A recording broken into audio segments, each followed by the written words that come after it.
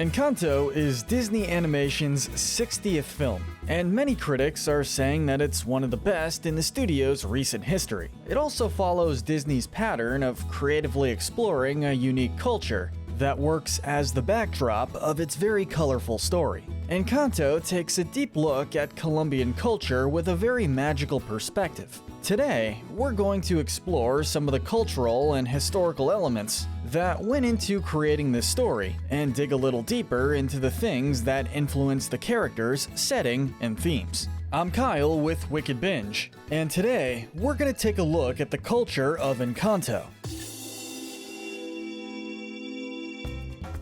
Let's start with the style. Because Colombia is a very multicultural country, it took Disney several years to hone in on the overall visual style that Encanto would have. The movie's co-directors, composer, and producers made several scouting trips to Colombia, visiting various cities, local families, and landscapes, such as Cocora Valley, in order to gain inspiration for the film's design. Some of the visuals that were recreated included floral balconies that are widely popular in cities like Cartagena. We also see bougainvilleas, which are very colorful ornament vines that are common on many Colombian homes. And of course, the architecture in Encanto is very clearly Colombian. These colonial-style homes that include balconies that are filled with flowers are iconic to this region. When it comes to the characters in Encanto, specifically the Madrigal family, they were designed with several different types of skin tones to reflect the overall makeup of Colombia as a whole.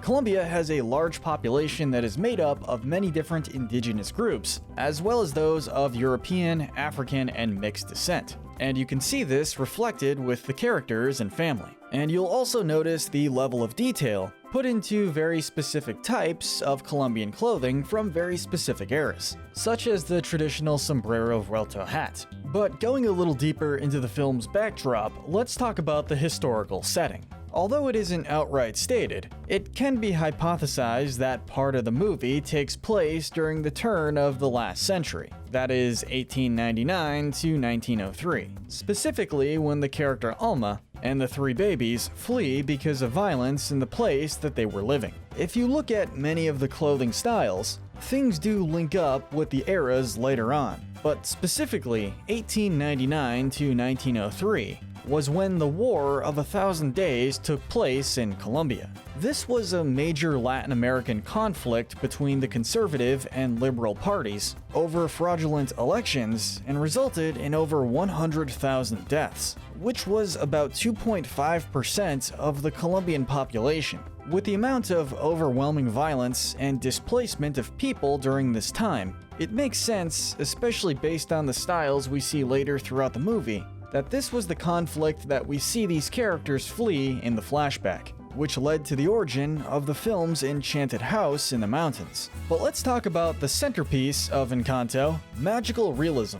Magical realism is one of the most influential movements in Latin American storytelling and literature, made particularly significant by Colombian novelist Gabriel Garcia Marquez. This unique style narrates everyday life by placing an emphasis on the fantastical without actually stating that anything is out of the ordinary. Essentially tales that portray magical or fantastical events. So let's look at some of the characteristics of magical realism in literature. They include a realistic setting set somewhere in our world, as well as magical elements such as talking objects or telepathy or something all around fantastical. The reader or audience is given limited information, as magical realism authors deliberately leave the magic in their stories unexplained in order to normalize it as much as possible. And that magic is also used to help critique or explain something in society. Sometimes politics, for example, but other things as well, in an otherwise realistic tone. Garcia Marquez's famous novel, 100 Years of Solitude, showcases this. In fact, it really defined magical realism as we understand it today. One of the most iconic literary images is that of yellow butterflies fluttering around Mauricio, Babylonia, one of the story's main characters. These butterflies seem to have a magical connotation, but are still rooted in reality. In the story, they seem to be a metaphor for forbidden love. These yellow butterflies are shown in Encanto as a clear homage to one of Colombia's most influential novelists, In fact, the movie is also filled with yellow flowers. Both yellow flowers and butterflies have come to be a symbol that represents the author. Digging a bit more into this theme of magical realism, you can really see the connection to Encanto. Mirabel's family represents the magical and fantastical, while she represents realism. And we come to see how the two can complement one another. But one of the greatest achievements regarding cultural representation in Encanto is capturing the Colombian concept of family.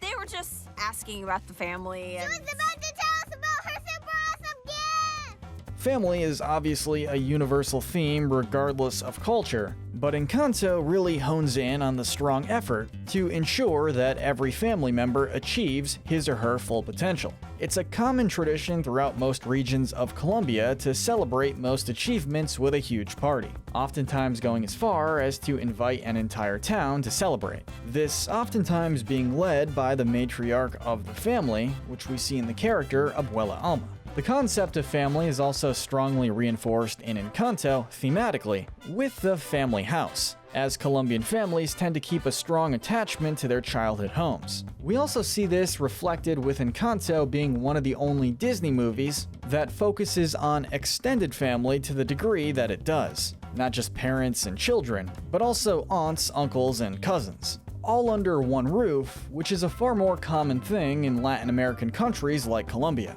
This was also a theme that was very present in Pixar's Coco, another animated film that was set in Latin America. And finally, let's wrap things up with the music of Encanto.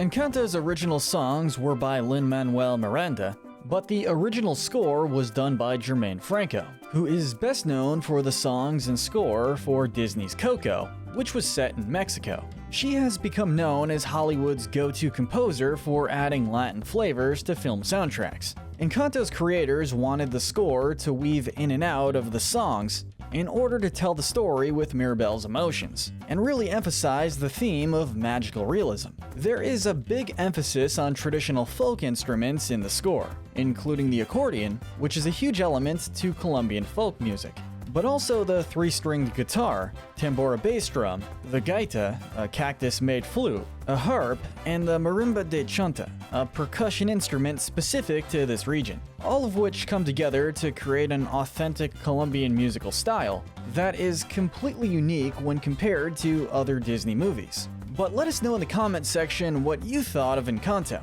And if you like this video, tell us what other Disney movies we should explore next. Make sure to hit that notification bell, and most importantly, stay wicked.